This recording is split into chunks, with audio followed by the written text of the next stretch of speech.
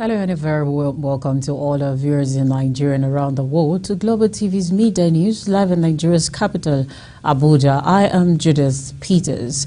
On the news, the President Bola Ahmed Tinubu has emphasized the need for sacrifice from citizens and religious leaders in order to restore Nigeria to its rightful position in the international community. Tinubu assured Nigerians that even though the nation is currently facing challenges, better days are ahead. The president disclosed this during a closed-door meeting with a delegation of Southwest Muslim faithful led by Razaki Oladejo in Abuja.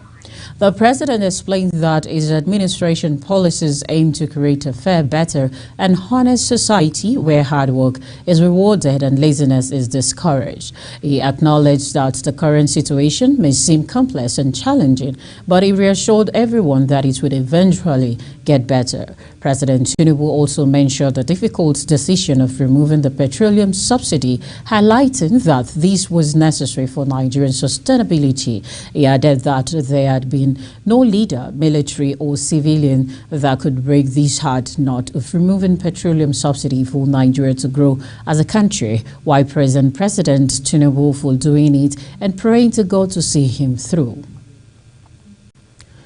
As well, the President Bola Tinubu has met with a special envoy of the President of South Korea, Woo Hin-young, to discuss the areas in which a further expansion of investment and trade ties across key sectors of Nigerian economy can efficiently occur.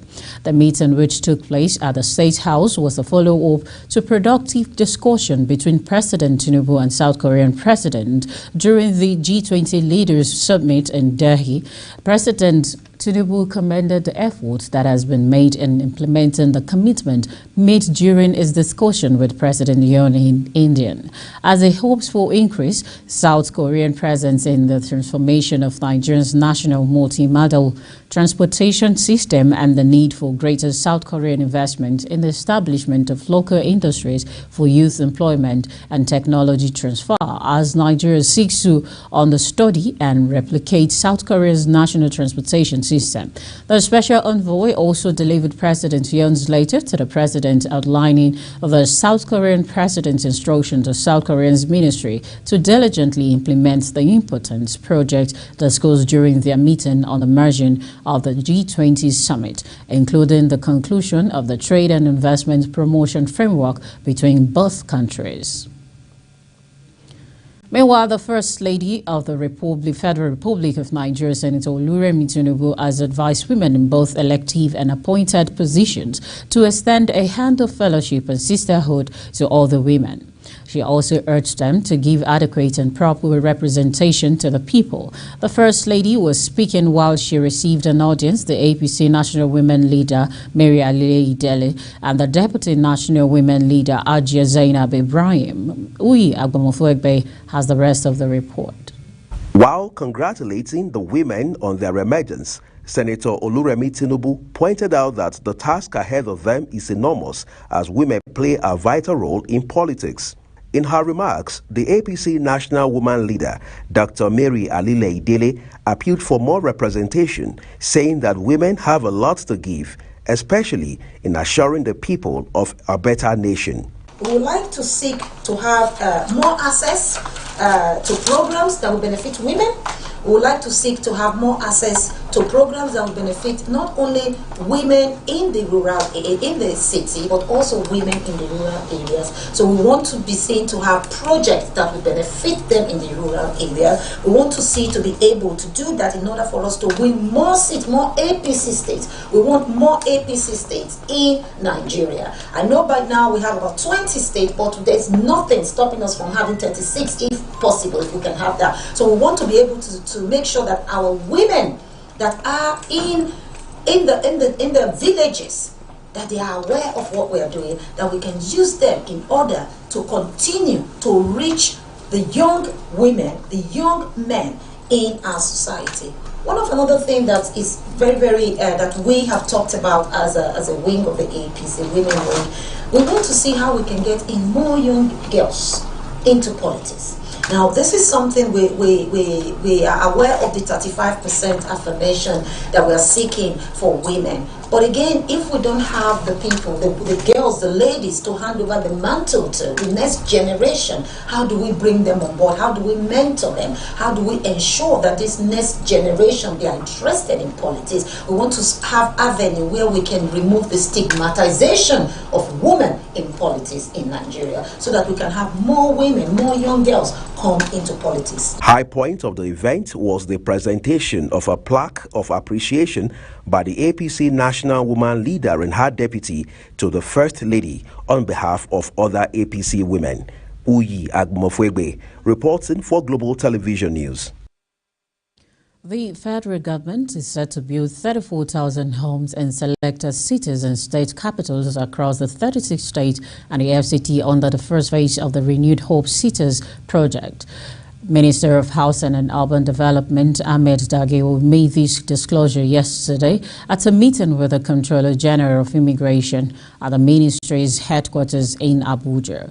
He said increasing access to decent quality and affordable houses for all Nigerians is a major priority of the government. According to him, the major focus area is the reform of all federal housing agencies such as the Federal Mortgage Bank of Nigeria and federal housing authorities, while explaining that the cities will stand as symbols of inclusivity, ensuring that every Nigerian family, regardless of their income level, has a place to call a home. The minister stated that FMBN would focus on affordable houses using single-digit interest rate and long tenures up to 30 years to contributors to the National Housing Fund scheme, while the FHA has flexibility to develop houses for high-income segments. In December 2022, the Nigeria Center for Disease Control and Prevention, NCDC, was notified of suspected diphtheria outbreaks in Kano and Lagos State. From 14th May 2022 to 9th April 2023, 1,439 suspected cases have been reported, of which 557, representing 39%, have been confirmed, including 73 deaths among the confirmed cases, with case fatality ratio of 13%. Nigeria has previously reported diphtheria outbreaks, with the most significant reported in 2011, affecting the rural areas of Borno State in the northeast of the country. While since the beginning of 2023, 557 confirmed cases of diphtheria have been detected in Nigeria, affecting 21 of the 36 states and the Federal Capital Territory. Fauzia Lukman has the rest of the report. Diphtheria is a serious infection caused by strains of bacteria called Corynebacterium diphtheriae that makes a toxin. It is the toxin that causes people to get very sick. Diphtheria bacteria spread from person to person, usually through respiratory droplets like from coughing or sneezing. People can also get sick from touching infected open sores and ulcer. Those at increased risk of getting sick are people in the same household, people with a history of frequent close contact with the patient, people directly exposed to secretion of the suspected infection site of the patient. In a bid to halt further spread of diphtheria outbreak in Nigeria, the Federal Ministry of Health, in collaboration with the National Primary Healthcare Development Agency and the Nigeria Center for Disease Control and Prevention, NCDC, supported by the United Nations Children's Fund, UNICEF, disclosed that a total of 1,692,762 children ranging from 6 months to 4 years of age have been diligently administered the pentavalent vaccine, which serve as a vital safeguard against diphtheria disease. Adding that over 3 million children aged 4 to 14 years have received the TD vaccine to further strengthening safeguard from the disease. The ongoing vaccination phase has made a tangible difference in protecting the lives of 4,859,181 children across affected states. 1,111,310 children with TD vaccines and 544,737 children with pentavalent vaccines in this phase 2. Katsina, another hotspot in this outbreak, has vaccinated 403,252 children with TD vaccines and 255,000 and 75 children with pentavalent vaccines. Similarly, Kaduna, Bauchi, Borno, Jigawa, and Yobe have. In a related development, the federal government says it has made plans on a new policy plan for cancer survivors to be centered to adequately the Director General, National Institute for Cancer Research and Treatment, NICRAT, Usman Aliyu, disclosed this in an interview on Saturday in Abuja. According to him, the plan is contained in one of the 3 cancer policies aimed at aiding cancer's prevention and treatment in Nigeria. The federal government will inaugurate soon. He said that the institute has, since its establishment in January, been working on the policies that are expected to ensure that cancer prevention, treatment and research into all cancer issues are put on the front burner. It is a 5-year plan that will span from 2023 to 2027, and that is all-encompassing. The plan will be a leading guide to all the activities of cancer in the country, and it cuts across the area of cancer prevention, diagnosis, treatment, palliative care, and even survivorship for the first time. Aliyu also said that the institute has finalized work with the World Health Organization, WHO, and other partners to develop the nation's first national cervical cancer control plan 2023 to 2027. Femi Falana has called on the National Assembly to address Nigerians' worrisome out-of-school crisis to save the future of the country. Falana made the call in a speech he read at a summit on Nigerians' out-of-school crisis hosted by the UK charity IA Foundation in Lagos at the weekend. The activist said that the refusal of state government to make counterpart contribution to the Universal Basic Education Fund in the country was hampering access to basic education in Nigeria. Falana, in a speech made available to the press in Abuja on Sunday, stressed the need for the National Assembly to act fast, lamenting that the number of out-of-school children in the country was alarming. Meanwhile, COP members across the country have cried out over the tough time they have been facing as a result of their poor allowance. They claim that the money did not reflect the current economy realities in the country. Speaking with journalists on Sunday, one of the COP members who is serving in Delta State and prefers to be identified as Saka expressed discomfort over his inability to save from his monthly allowance despite his hard work. He said the monthly allowance sustains nothing. As a couple serving in a distant location, the expenses faced every day are higher than the monthly allowance, which doesn't meet daily needs. The Minister for Humanitarian Affairs and Poverty Alleviation, Betta Edu, has said the renewed hope agenda of President Bola Tinubu was giving young Nigerians productive opportunities with pioneering innovative ideas through different startup initiatives. Edu was joined by the European Union and representatives of 48 other countries in Hague, Netherlands capital, made this known during her opening remarks in an event to discuss this disturbing migration issues involving young people in Africa and the world. Edu noted that exploring the connection between migration, youth and development was important, as the youth between age 15 and 25 years will mark up 16% of the world's population, a growing mobile demographic that could play a significant role in fostering positive development.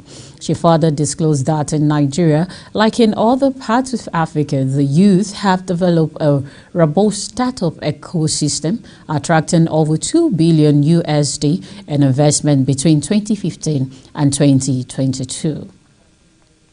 As well, the Independent National Electoral Commission, INEC, has met with resident electoral commissioners and other senior officers of the commission at its headquarters in Abuja to deliberate further on issue bordering on the governorship election scheduled to hold in Bayelsa, Imo, and Kogi State. Our correspondent, Oya Agbamofuegbe, reports that Chairman of the Commission, Professor Mahmood Yakubu, highlighted the level of preparation so far recorded. This is one of several meetings organized by the Commission to brainstorm and address last-minute challenges. However, having appreciated the recs and other officers, the chairman gives an update on the 2023 general election. You may recall that we met in July this year to review the conduct of the last general election, followed by a retreat in Lagos. Our reports for both the 2023 general election and the outcome of our review of the same election are being finalized. On the 3 off-cycle elections, Professor Yakubu says, in the next 3 weeks, off-cycle governorship elections will be held in Bayelsa, Imo, and Kogi states. The 3 elections will involve 5.4 million registered voters that will vote in 10,510 polling units spread across 649 electoral wards in 56 local government areas. Once again, the Commission's chairman gives assurance on the mode of transmission of results of the elections. So far, all non-sensitive materials for the election have been delivered to the 3 states. Other preparatory activities, including training, are on course. Valuable lessons have been learned from the 2023 general election for improved performance in the forthcoming elections. Last week, we concluded a mock accreditation involving actual voters in designated polling units in the 3 states. We had 2 objectives for the exercise. First, to test the efficacy of the bimodal voter accreditation system, the BVAS, for especially biometric authentication of voters. Secondly, to upload the result to the INEC result viewing portal, IREV. Both tests were successful. Uyi Agmofwegbe, reporting for Global Television News. You're watching the Global TV Media News coming to you live from Nigeria's capital, Abuja. We're on StarTimes, channel 276. Kindly follow us across our social media platform using the Global TV NG and other handles now showing on your TV screen. We'll be back with more stories for you after this short break. Please don't go away.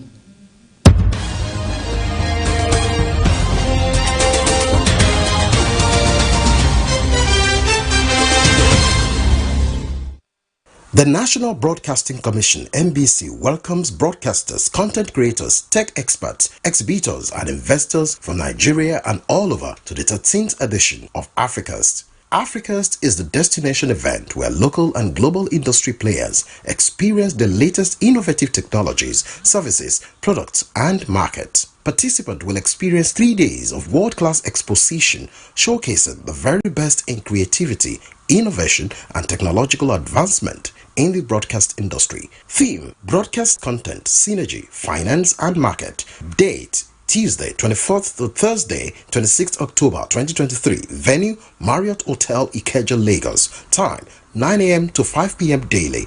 Chief Host: Honorable Minister of Information and National Orientation Alhaji Mohammed Idris. Host: Balarabe Shehu Ilela, Director General. Announcer: Management. NBC, your right to quality broadcasting.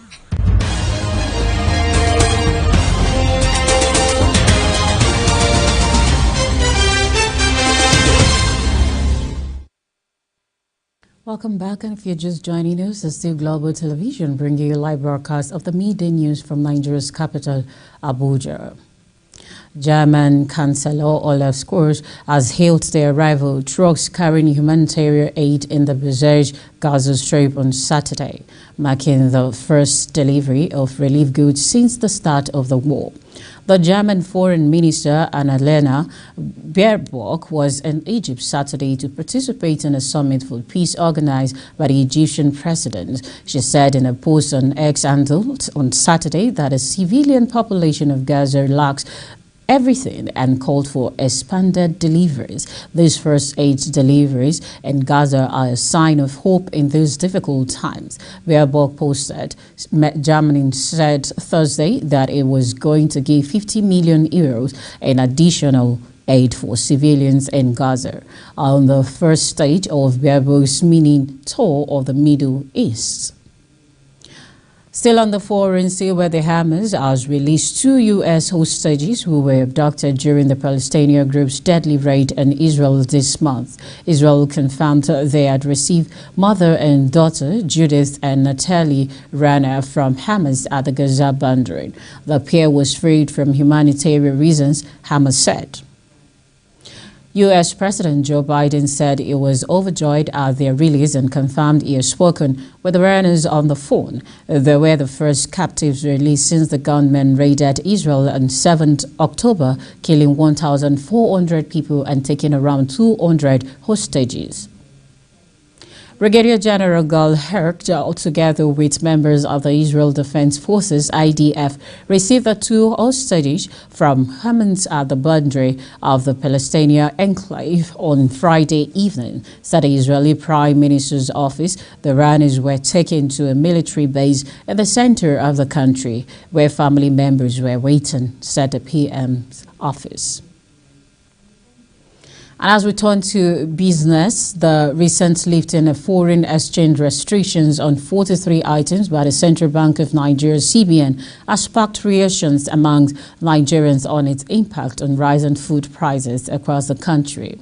The CBN imposed the restrictions in June 2015 to conserve foreign exchange reserves and promote local production of certain foods and goods, including about 11 food items. However, the policy has been criticized by some experts who argue that it has led to higher prices of imported food items and contributed to food inflation. Sandra Akpa completes the rest of the report. The Central Bank of Nigeria had, in a circular, published a list of imported goods and services that will not be eligible for foreign exchange in the Nigerian foreign currency market. The list, which was originally 41, was updated to include 2 more items. Nigeria's inflation rate rose to 26.72% in September 2023, amid soaring food prices and harsh economic realities occasioned by the removal of fuel subsidy in May. In separate interviews carried out at Utako Market, Abuja, Nigerians have this to say with regards to the cost of food prices and ban lifted on 43 items. Since the government removed fuel subsidy, honestly, price of commodities, they are going higher and higher and higher every day because of the removal of the fuel subsidy. So, assuming that he put something in place before removing the fuel subsidy, it could have been better. But now, nothing. The thing affected the prices of commodities in the market. Let them import food. Hence, our farmers cannot be able to go to the farm to go and farm as usual because of kidnappers and Boko Haram and bandits. It's necessary because they are necessary commodities. It's necessary. Palm oil, vegetable oil, rice, this is spaghetti and other food items. It is necessary. I've heard about the 43 items lifted. For rice and other edible items, I think it's okay because of we are not yet producing enough to feed the nation.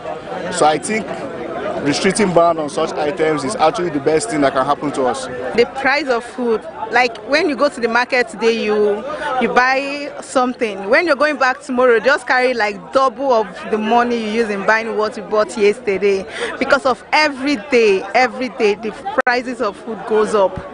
And people use this as an advantage. Even those that are cheap, those ones that are cheap, they will still add money again to increase the prices. So every day, the transportation is also something else. Nigerians are of the opinion that for these 43 items and other commodities to be affordable, the cost of fuel has to be reviewed downwards in order for farmers and importers to be able to transport their items to their various destinations. I was discussing with a friend that everything is still lie on fuel.